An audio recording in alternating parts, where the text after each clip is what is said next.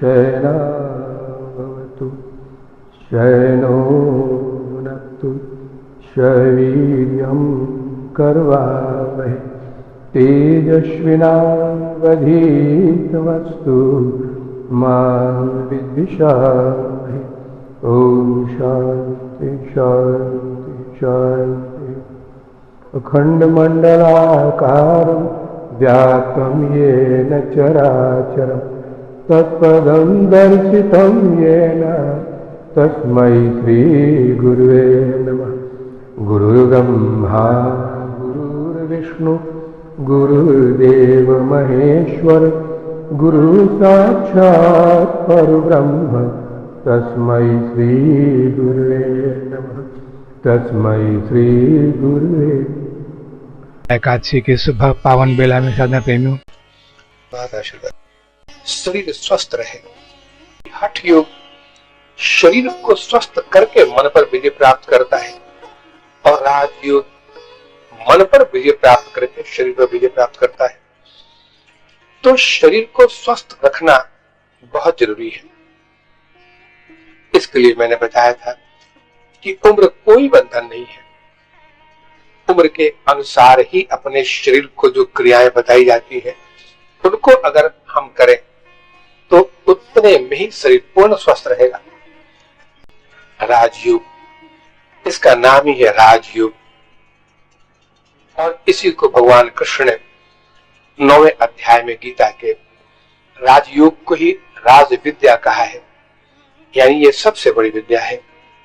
साझा प्रेमियों, राजयोग का प्रथम उद्देश्य है जीवन को आध्यात्मिक पथ पे लगा देना। हठ योग शरीर के माध्यम से चलता है, ये भावना प्रधान नहीं है, लेकिन राजयोग भाव प्रधान है। इसमें भक्ति है, प्रेम है, आनंद है। इसकी यात्रा थोड़ी धीमी अवश्य है, लेकिन निश्चित है कि हम अपने गंतव्य स्थान पर पहुंचेंगे।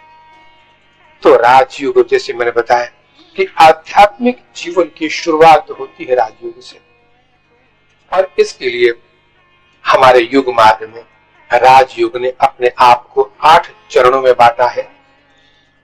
यम, नियम, आसन, प्राणायाम, प्रत्याहार, धारणा, ध्यान और समाधि, ये अष्टांग योग है। अब अष्टांग योग में आज हम प्रमुख जो आध्यात्मिक जीवन है इसकी व्याख्या करेंगे यम और नियम से। यम और नियम, इसको गुरुजनों ने बहुत प्राथमिकता दी है, क्योंकि यम और नियम ही जीवन को आध्यात्मिक बनाते हैं। अब कुछ जो नए साधक हैं जो इस मार्ग में देर से आते हैं, वो यम और नियम की अवहेलना कर जाते हैं। साधा प्रेम, आध्यात्मिक जीवन का पहले अर्थ समझे। एक धार्मिक जीवन होता है, एक आध्यात्मिक जीवन होता है। धार्मिक जीवन एक धर्म विशेष को लेकर चलता है, जैसे हम लोग कृष्ण को, राम को, माँ को, शिव को, इनको मानकर चले तो जीवन धार्मिक बनता है। लेकिन आध्यात्मिक जीवन ईश्वर तत्व को दूर रखता है। उसका कहना है कि पहले अपने जीवन के हर कार्य को, जिस क्षेत्र में भी हम कार्य करें, हम डॉक्टर हैं, इंजीनियर है, प्रोफेसर है, जो भी है, इसको आध्यात्मिक बनाकर चले, यानी अपने जीवन को अनुशासित करें। एक अनुशासन होना चाहिए और लक्ष्य ये है ईश्वर में पूर्ण श्रद्धा और भक्ति हो। जब हम राजयोग की शुरुआत करते हैं तो ईश्वर को भूल जाना चाहिए। लक्ष्य ईश्वर नहीं रखे, नहीं तो भटक जाएंगे, क्योंकि ये धीमी गति से चलता है राजयोग। और जब गति धीमी होती है तो जो संकल्प है मन उसका साथ छोड़ देता है और तब साधक विश्वास खो बैठता है ईश्वर पर। तो कहते हैं कि अपने जीवन को आध्यात्मिक बना, और उसके लिए जरूरी है यम और नियम। यम और नियम में अनेक बातें बताई गई हैं, 5 प्रकार के इसके अलग अलग खंड। आज हम उस पर नहीं जाएंगे, हम एक विस्तृत रूप में इसको सोचेंगे कि जीवन को आध्यात्मिक कैसे बनाया जाए। आध्यात्मिक जीवन का मतलब होता है कि हर कार्य जो कुछ भी कहें, और जीवन में आध्यात्म का मतलब सिर्फ हिंदू मार्ग नहीं है, हमारा वैष्णव मार्ग या वेदांती मार्ग ही नहीं है। हर कोई जो भी इस ईश्वर मार्ग में जाना चाहता है तो उसको अपने जीवन को आध्यात्मिक बनाना पड़ेगा। ऑपरेशन करते हैं, ये भी एक योग है, क्योंकि उसमें जो कुछ भी संतुलन है, एकाग्रता है, यही राजयोग है। किसान खेती करता है, ये भी एक ध्यान है, राजयोग है, क्योंकि उसमें एक आध्यात्म है। तो आध्यात्म चलता है। जब हम अपने लिए सोचते हैं तो आध्यात्मिक जीवन खत्म हो जाता है, लेकिन जब दूसरों के लिए सोचते हैं तो यही आध्यात्म है। संसार में हम जीव इसलिए हैं कि हम अपने कष्टों को ही देखते हैं। जब तक सिर्फ अपने कष्टों को देखेंगे, अपने कष्टों के निवारण के लिए सोचेंगे, तो ये आध्यात्म नहीं है। हमारे योगवाद ने कहा है कि ईश्वर तो अपने बारे में कभी नहीं सोचता। जितने ऋषि मुनि हैं, तपस्वी हैं, संत महात्मा हैं, हमारे गुरुजन हैं, इन सब ने जो कुछ भी किया है वो हम सबकी भलाई के लिए किया है। तो आध्यात्मिक जीवन वो है जो दूसरों के कल्याण के लिए सोचे, हाँ, उसमें अपने जीवन का निर्वाह की एक पद्धति निश्चित कर ले कि इतने से हमारा जीवन निर्वाह होगा। बाकी जो कुछ भी करेंगे वो आध्यात्मिक पथ पे ही होगा। ये ईश्वर का कार्य है। साधक में जीवन को संतुलित तरीके से चलाना और ईश्वर पथ पे चलना, ये दोनों एक ही बातें हैं। किसान को पता नहीं होता है कि ईश्वर क्या है, लेकिन वो अपने जीवन को इसी तरह संतुलित रखता है, एक दायरे में रखता है। देखिए, साधना पथ जो होता है, पहले आध्यात्म की शिक्षा देता है कि चोरी मत करो, झूठ मत बोलो, अहिंसावादी बनो, इत्यादि इत्यादि बहुत सी बातें हैं। तो कहते हैं कि पहले इस आचरण को ठीक करो। जब आचरण ठीक होगा तो जीवन में एक संकल्प लेने की शक्ति बढ़ती है। जब संकल्प तीव्र होता है तो साधना में ईश्वर जहां भी है वो भागा हुआ आता है। जीवन आध्यात्मिक होना चाहिए। आप भले ही धार्मिक रूप में किसी भी पंथ को पकड़ लें, इससे बहुत फर्क नहीं पड़ने वाला है। और राजयोग सिर्फ आध्यात्म की शिक्षा देता है कि अपने आप को पहचानो, ईश्वर को बाद में पहचानना, पहले अपने आप को पहचानो। जो कुछ भी है हमारे अंदर में है, और हर कार्य के पीछे एक उद्देश्य मानो। गुरुजनों ने कहा है कि अपने को एक परदेशी मानो। इस संसार में एक पर्यटक बन के आए हो, किसी तीर्थ स्थान पे या कोई भी एक जगह है जहां पर कि पर्यटक बन के हम जाते हैं, वहां के लोगों के लिए सोचो और ये भावना रखो कि हम यहां सिर्फ घूमने आए हैं। यहां हमारा इस गांव से या शहर से कोई नाता नहीं है। तो जब ये उद्देश्य होता है तो हम दूसरे के बारे में सोचना शुरू करते हैं, क्योंकि हम जानते हैं कि हम यहाँ के नहीं है, ये नगर मेरा नहीं है। ये आध्यात्मिक जीवन है। तो आध्यात्मिक परिभाषा वो है जो पूरे जीवन को एक आध्यात्म में ढाल दे। मैंने बताया कि हर व्यक्ति एक संकल्प के दायरे में ही आगे बढ़ता है। अगर संकल्प जीवन में नहीं है तो वो कभी आगे नहीं बढ़ सकता, चाहे वो गृहस्थी मार्ग में हो या योग मार्ग में हो या भक्ति मार्ग में हो। तो संकल्पवान वही बनता है जो चरित्रवान बनता है, और चरित्र बनता है आध्यात्म से।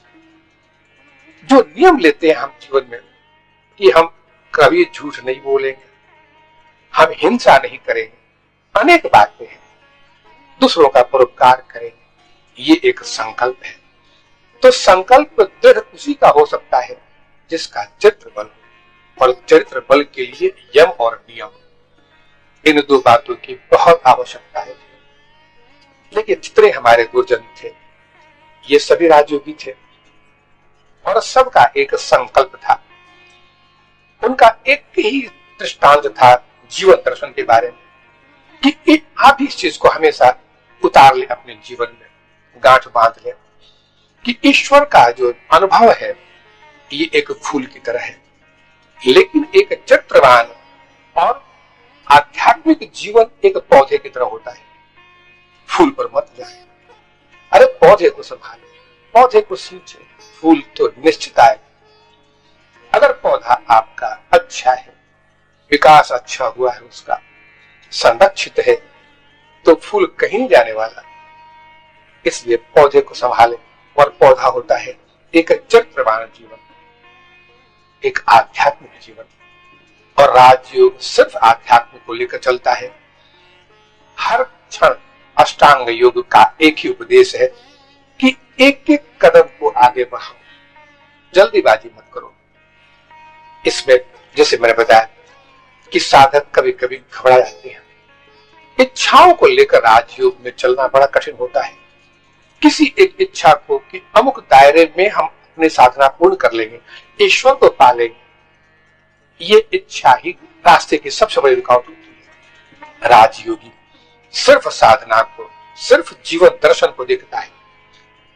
दूसरों का कल्याण करते हुए दूसरों को साथ लेकर चलेंगे, अपना स्वार्थपन वहां से हटाए, ये राजयोग है। तो साधक प्रेमियों, जैसे गुरुजनों ने कहा है कि उस पौधे को देखो, उस फूल को मत देखो। अगर पौधा निश्चित है, उसका विकास अच्छा हुआ है, तो फूल तो निश्चित आएगा उस पर।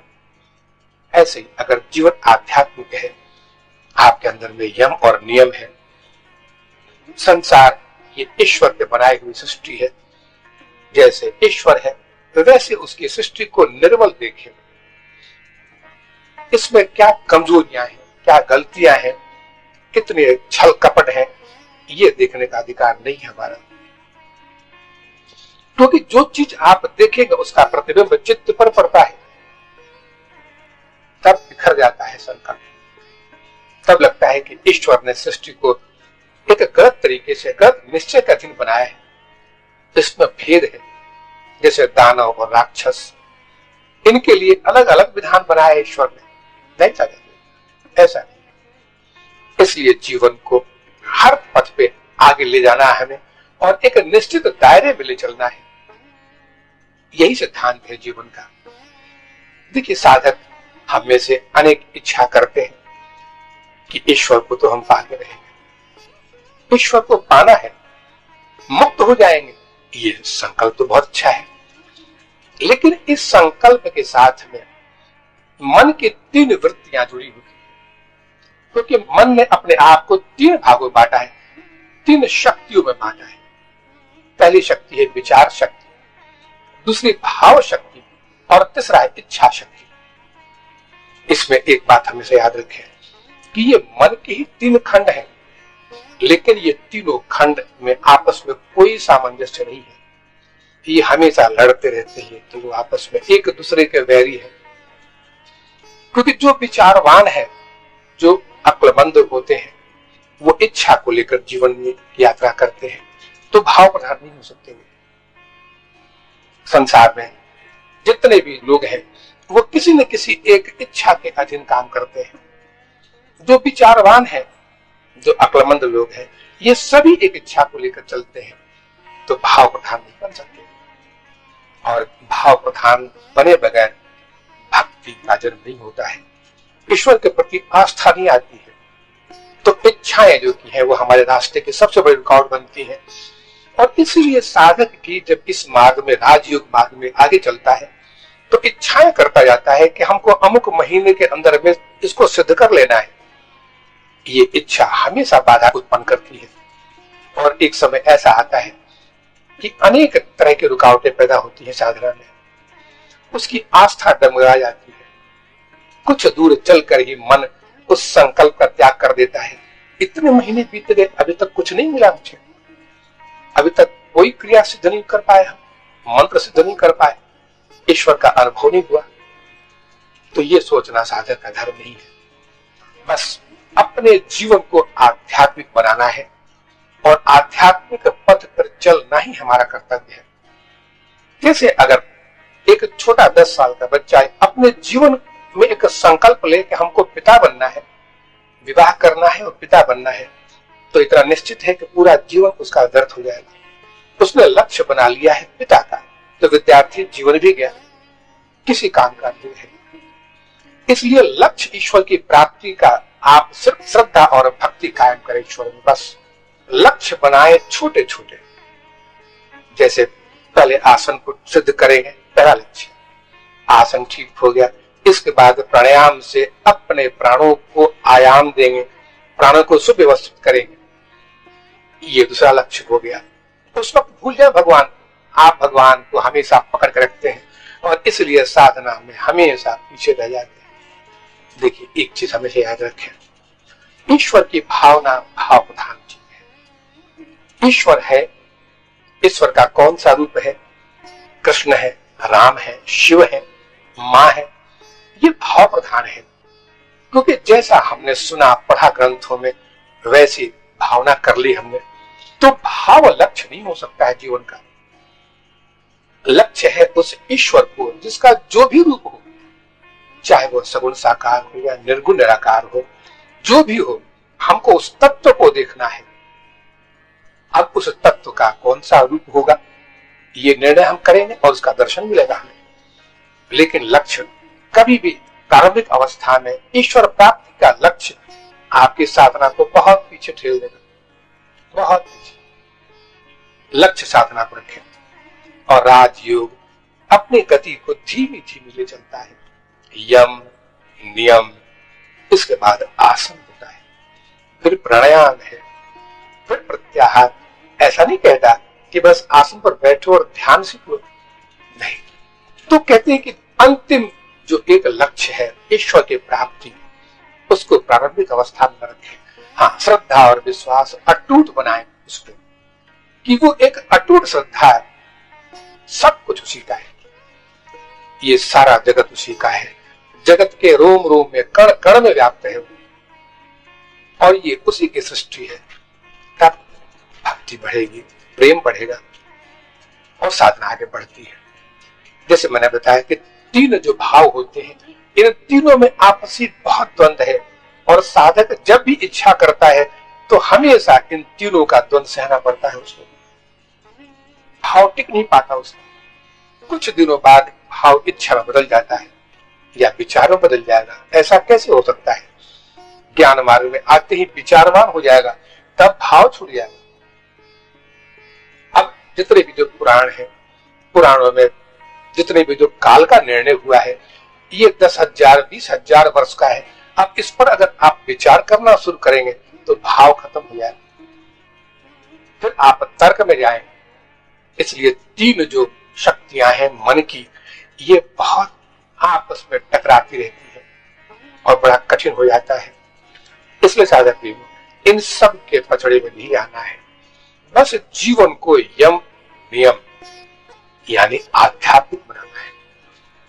आप धार्मिक बनाए, इसमें कोई एतराज नहीं है, लेकिन धार्मिक बनाकर फिर उन्हीं रूढ़िवादियों में, फिर वही अंधविश्वासों में पड़ जाएंगे, वो ठीक नहीं।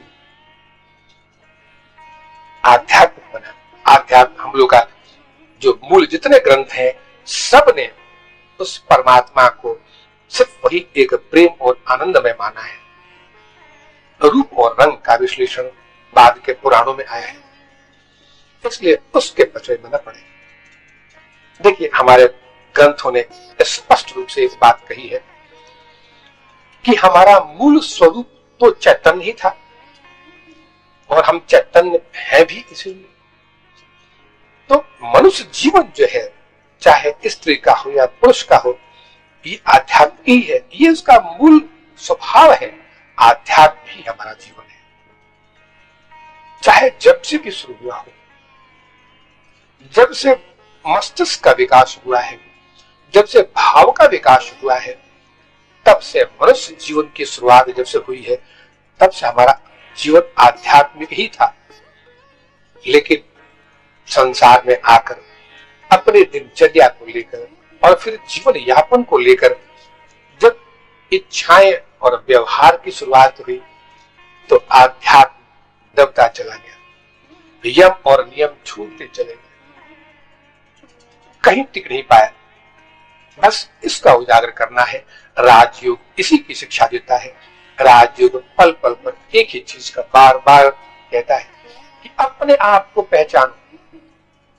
हमसे अलग कोई सत्य नहीं है, सत्य ही एकमात्र आत्मा है, वो परमात्मा ही एकमात्र सत्य है। और परमात्मा के रूपों को लेकर ज्यादा विश्लेषण न करें योग मार्ग में, बस एक ऊंचाई तक पहुंच जाएं, सच्चाई को जान ले, इसके बाद जो मर्जी हो जिस रूप को पकड़ ले। रूप को पकड़ के चलना गलत नहीं है, लेकिन उसमें कई तरह की भ्रांतियां पैदा होती हैं जो साधन मार्ग में रुकावट पैदा कर देती है। इसलिए हर चीज को, अगर हम व्यापारी हैं तो हमारा व्यापारिक जीवन आध्यात्मिक होना चाहिए। अगर हम डॉक्टर हैं तो पूरा जीवन आध्यात्मिक हो। हम सब कुछ करें, जो कुछ भी उस मार्ग में करना है उन सबको करें, लेकिन आध्यात्मिक पथ पर चलते हुए उसकी सत्ता को स्वीकार करते चले और देखे क्या अंतर पड़ता है। सारा जीवन बदल जाएगा, जीवन की मीमांसा बदल जाएगी, सोचने का तरीका, काम करने का तरीका, अंदर से आनंद की सृष्टि होती है। किसी भी कार्य के पीछे अगर आनंद नहीं है तो फिर उस कार्य को करने का कोई मतलब नहीं होता है। लाहिरी महाशय ने एक बात बड़ी स्पष्ट कही थी। उन्होंने कहा था कि जब बच्चा जन्म लेता है तो 12 से 15 साल तक तो वो ममता और संसार के चार दीवारी में रहता है, लेकिन उसका अपना जो बौद्धिक विकास है ये जब होता है तब उसको 25 वर्षों तक एक संरक्षण में रखना चाहिए। चाहे गुरु आश्रम में हो या फिर माता पिता ही गुरु हैं, उनको एक संरक्षण में रखें, यानी चरित्र का निर्माण करवा दे। बच्चे के चरित्र का निर्माण करवा कर छोड़े, उसको खुला न छोड़ दे।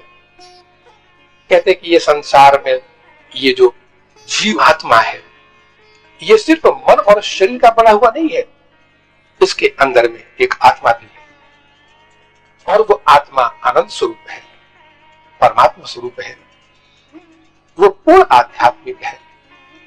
ये सिर्फ संसार में आकर और प्रकृति में इच्छाओं को लेकर प्रकृति के साथ संपर्क किया उसने इच्छाओं की पूर्ति के लिए, उसको ज्ञान नहीं है कि प्रारब्ध क्या होता है, और इच्छाओं की पूर्ति में जब वो लगा तब फिर आध्यात्म पथ से विमुख हो गया और फंस गया संसार में, अपने स्वरूप को भूल गया।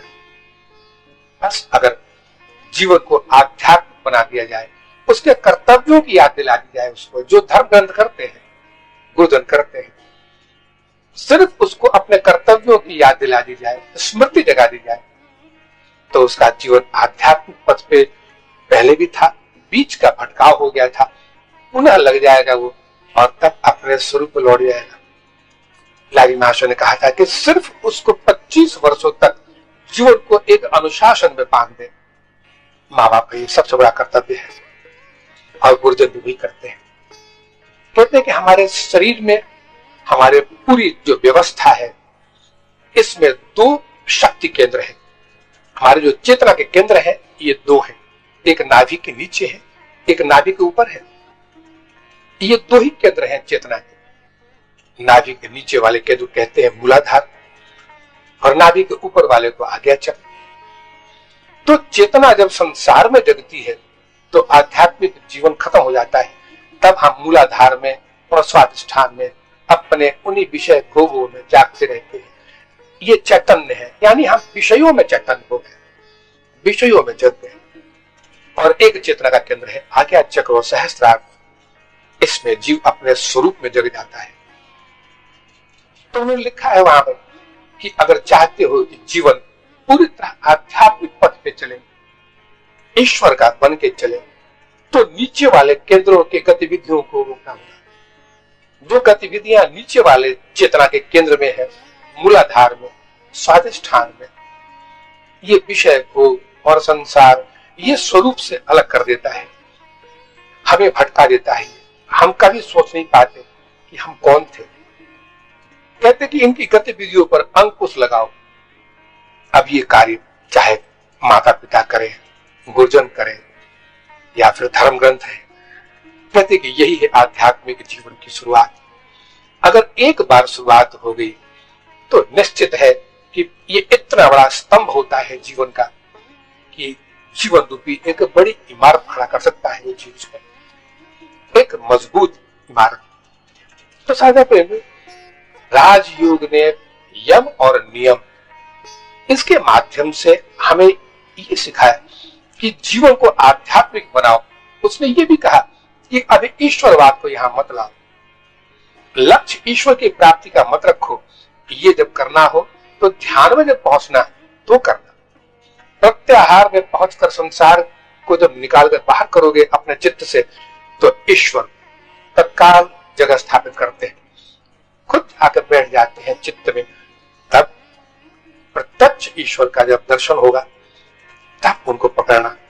हाँ, श्रद्धा और विश्वास में कमी न हो, श्रद्धा अटूट बनी रहे। प्रार्थना है, स्तुति है, जो कुछ भी है उस परमात्मा के लिए है, और जीवन को आध्यात्मिक बनाए, ये सबसे बड़ी चीज है। आध्यात्मिक का जैसे मैंने बताया कि यम और नियम, नियम के अंतर्गत में एक चीज और आती है, इसकी भी व्याख्या हम लोग कर लें। इस चीज को अभी के गृहस्थ जीवन के लिए बहुत ही कठिन माना गया है।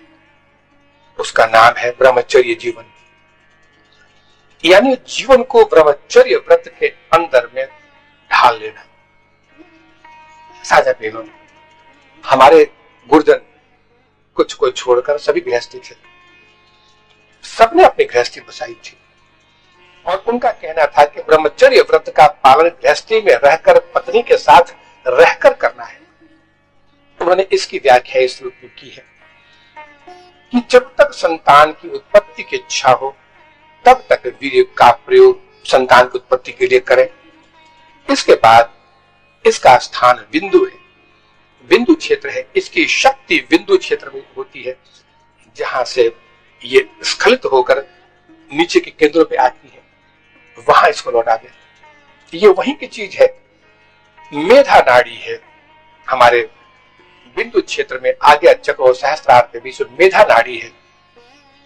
और जब हम अपने उस वीर्य को कहते हैं कि 12 वर्षों तक, लेकिन 12 वर्ष कब से? कहते हैं कि 12 से 15 साल के बच्चे का जब वो विकास होता है, जब उसके अंदर में ऊपर बिंदु से वीर्य जो कि है संचित होता है नीचे केंद्र में, तब एक उत्तेजना बढ़ती है शरीर में, एक काम उत्तेजना बढ़ती है।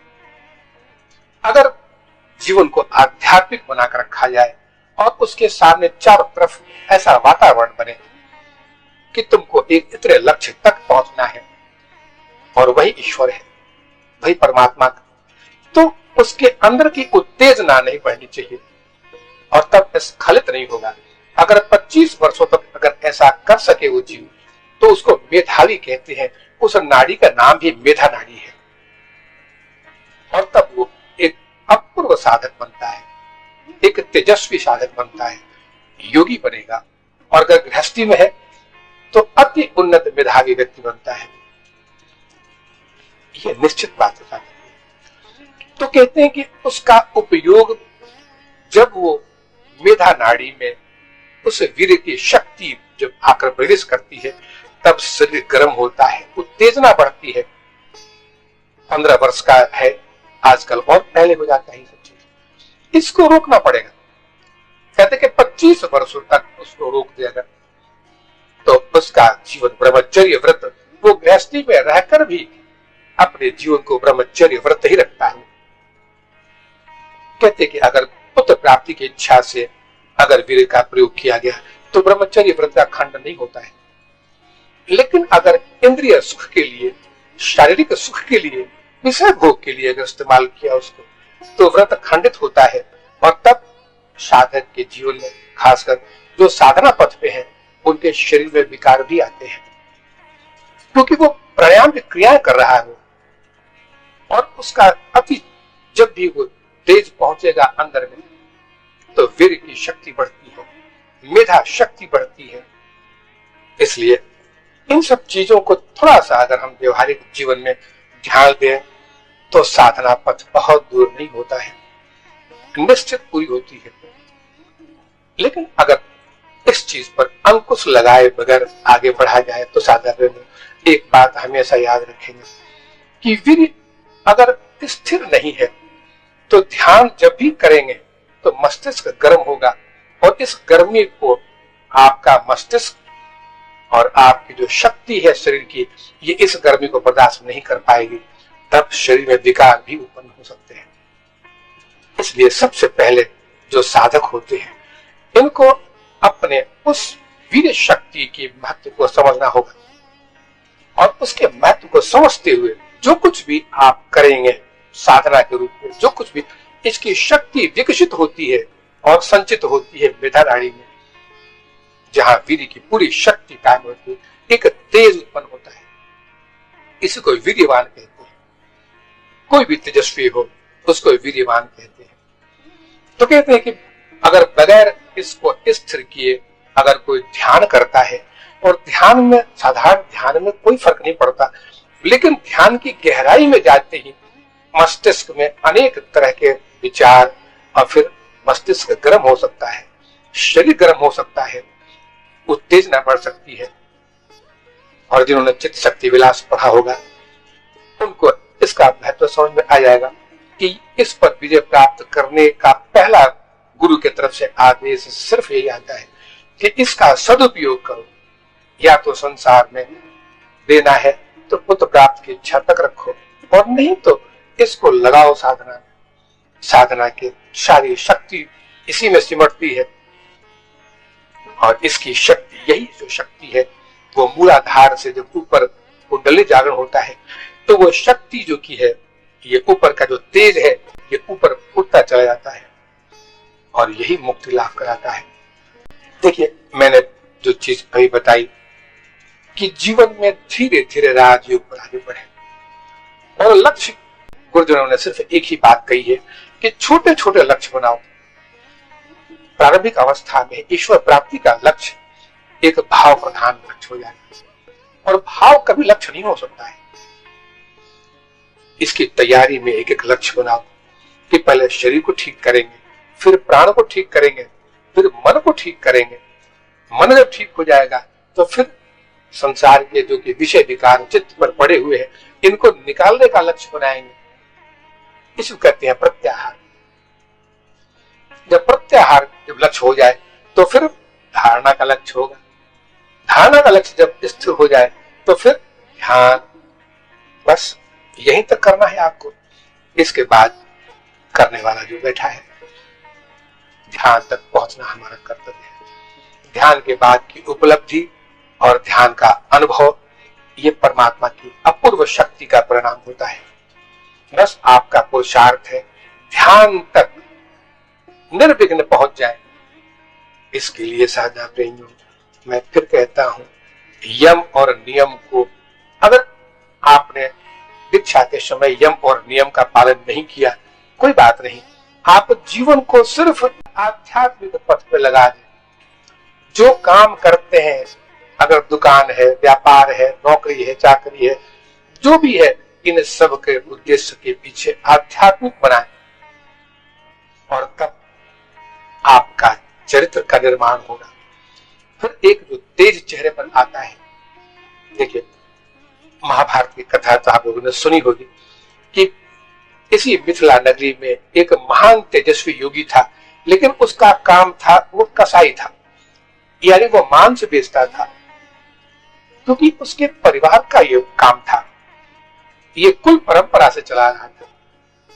लेकिन उसने उस धंधे में चित्त को नहीं लगाया, बस शरीर को लगा दिया। तो वो अपने चरित्र का निर्माण हुआ। जब जीवन आध्यात्मिक हो गया तो कौन सा काम है, क्या है, इसका कोई फर्क नहीं पड़ता है। इसलिए चरित्रवान करें, एक चरित्र का निर्माण करें और कभी हिले नहीं उससे। राजयोग इसी चीज का उपदेश बार बार करता है कि पहले संकल्पवान बनो। बगैर संकल्पवान बने न जीवन का निर्वाह होता है, न साधना का।